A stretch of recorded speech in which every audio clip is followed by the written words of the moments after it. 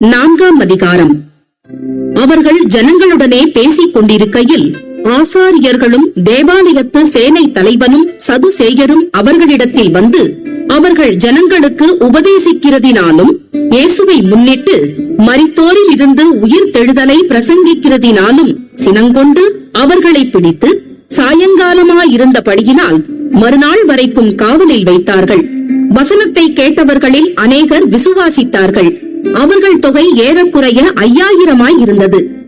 மறுநாளிலே ஜனங்களுடைய அதிகாரிகளும் மூப்பரும் வேத பாரகரும் பிரதான ஆசாரியனாகிய அன்னாவும் காய்பாவும் யோவானும் அலெக்சந்தரும் பிரதான ஆசாரியருடைய குடும்பத்தார் யாவரும் எருசலேமிலே கூட்டங்கூடி அவர்களை நடுவே நிறுத்தி, நீங்கள் எந்த வல்லமையினாலே எந்த நாமத்தினாலே இதை செய்தீர்கள் என்று கேட்டார்கள். அப்பொழுது பேதுரு பரிசுத்த ஆவியினாலே நிறைந்து அவர்களை நோக்கி, ஜனத்தின் அதிகாரிகளே, இஸ்ரவேலின் மூப்பர்களே, பிணியாளியாயிருந்த இந்த மனுஷனுக்கு செய்யப்பட்ட உபகாரத்தை குறித்து எதினாலே இவன் ஆரோக்கியமானான் என்று நீங்கள் இன்று எங்களிடத்தில் விசாரித்து கேட்டால், உங்களால் சிலுவையில் அறையப்பட்டவரும் தேவனால் மரித்தோரில் இருந்து எழுப்பப்பட்டவருமாயிருக்கிற நசரேயனாகிய இயேசு கிறிஸ்துவின் நாமத்தினாலேயே இவன் உங்களுக்கு முன்பாக சொஸ்தமாய் நிற்கிறான் என்று உங்கள் எல்லாருக்கும் இஸ்ரவேல் ஜனங்கள் எல்லாருக்கும் தெரிந்திருக்க கடவது. வீடு கட்டுகிறவர்களாகிய உங்களால் அற்பமாய் எண்ணப்பட்ட அவரே மூலைக்கு தலைக்கல்லானவர். அவராலே அன்றி வேறொருவராலும் ரட்சிப்பு இல்லை. நாம் ரட்சிக்கப்படும்படிக்கு வானத்தின் கீழெங்கும் மனுஷர்களுக்குள்ளே அவருடைய நாமமே அல்லாமல் வேறொரு நாமம் கட்டளையிடப்படவும் இல்லை என்றான்.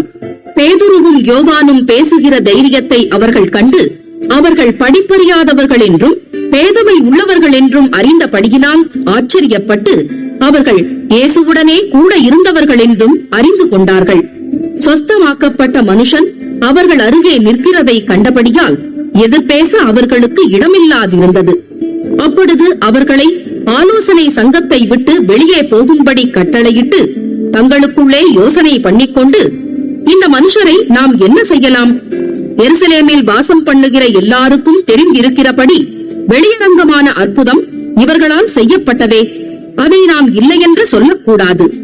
ஆகிலும் இது அதிகமாய் ஜனத்துக்குள்ளே பரம்பாத படிக்கு இது முதல் ஒருவரோடும் இந்த நாமத்தை குறித்து பேசக்கூடாதென்று அவர்களை உறுதியாய் பயமுறுத்த வேண்டும் என்று சொல்லிக்கொண்டு அவர்களை அழைத்து இயேசுவின் நாமத்தை குறித்து எவ்வளவும் பேசவும் போதிக்கவும் கூடாதென்று அவர்களுக்கு கட்டளையிட்டார்கள். பேதுருவும் யோவானும் அவர்களுக்கு பிரதியுத்தரமாக, தேவனுக்கு செவி கொடுக்கிறதை பார்க்கிலும் உங்களுக்கு செவி கொடுக்கிறது தேவனுக்கு முன்பாக நியாயமாயிருக்குமோ என்று நீங்களே நிதானித்து பாருங்கள். நாங்கள் கண்டவைகளையும் கேட்டவைகளையும் பேசாமல் இருக்க கூடாதே என்றார்கள்.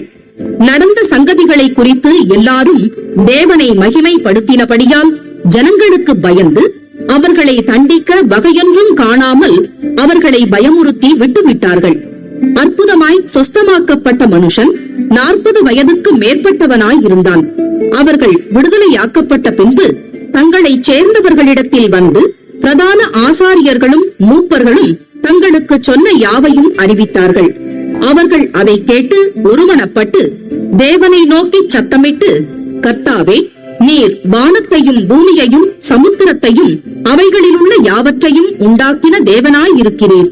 புறஜாதிகள் கொந்தளித்து ஜனங்கள் விருதா காரியங்களை சிந்திப்பானேன் என்றும், கர்த்தருக்கு விரோதமாகவும் அவருடைய கிறிஸ்துவுக்கு விரோதமாகவும் பூமியின் ராஜாக்கள் எழும்பி நின்று அதிகாரிகள் ஏகமாய் கூட்டம் கூடினார்கள் என்றும் தேவரீர் உம்முடைய தாசனாகிய தாவீதின் வாக்கினால் உரைத்தீரே.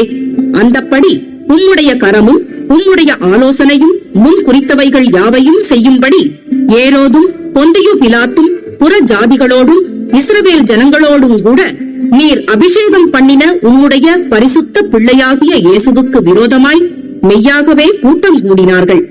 இப்பொழுதும் கர்த்தாவே, அவர்கள் பயமுறுத்தல்களை தேவரீர் கவனித்து உம்முடைய பரிசுத்த பிள்ளையாகிய இயேசுவின் நாமத்தினாலே அடையாளங்களும் அற்புதங்களும் நடக்கும்படி செய்து பிணியாளிகளை குணமாக்கும்படி உம்முடைய கரத்தை நீட்டி உம்முடைய ஊழியக்காரர் உம்முடைய வசனத்தை முழு தைரியத்தோடும் சொல்லும்படி அவர்களுக்கு அனுக்கிரகம் செய்தருளும் என்றார்கள்.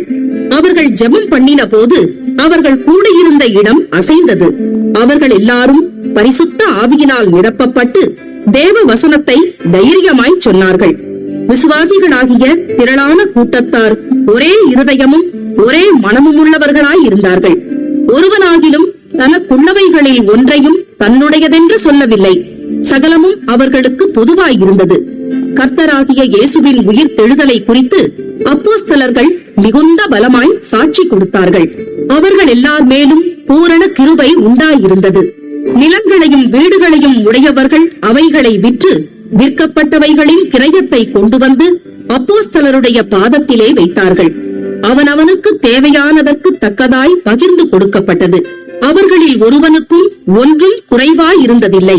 சீப்புரு தீவானும் லேவியனும் அப்போஸ்தலராலே ஆறுதலின் மகன் என்று அர்த்தங்கொள்ளும் பர்னபா என்னும் மறுபேர் பெற்றவனுமாகிய யோசே என்பவன் தனக்கு உண்டாயிருந்த நிலத்தை விற்று அதன் கிரயத்தை கொண்டு வந்து அப்போஸ்தலருடைய பாதத்திலே வைத்தான்.